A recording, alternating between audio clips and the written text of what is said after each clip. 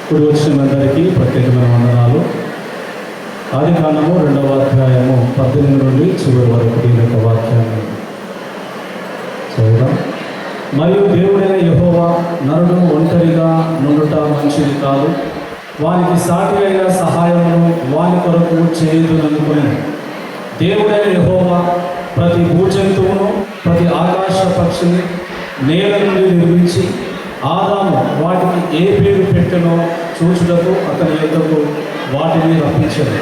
జీవము గల ప్రతి దానికి ఆదాము ఏ పేరు పెట్టెనో ఆ పేరు దానికి కలిగేది. అప్పుడు ఆదాము సమస్త పశువులకును ఆకాశ పక్షులకును సమస్త భూజంతువులకును పేరులు పెట్టాను. అయినను ఆదామునకు సాటి అయిన సహాయము అతనికి లేకపోయింది.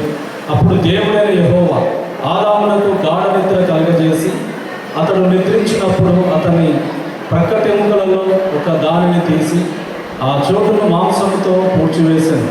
తరువాత దేవుడైన యెహోవా తాను ఆదాము నుండి తీసిన ప్రక్కటెముకను స్త్రీగా నిర్మించి ఆమెను ఆదామునకు తీసుకొని వచ్చాడు.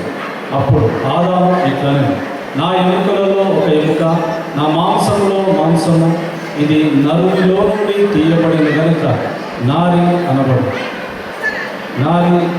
కాబట్టి పురుషుడు తన తండ్రిని తన తల్లిని విడిచి తన భార్యను హత్తుకొనను, వారు ఏక శరీరమై ఉందరు. ఈ మాటలు దేవుడు దీవించగలగా సమర్పించుకుంటుంది. దేవ సోదరుడు.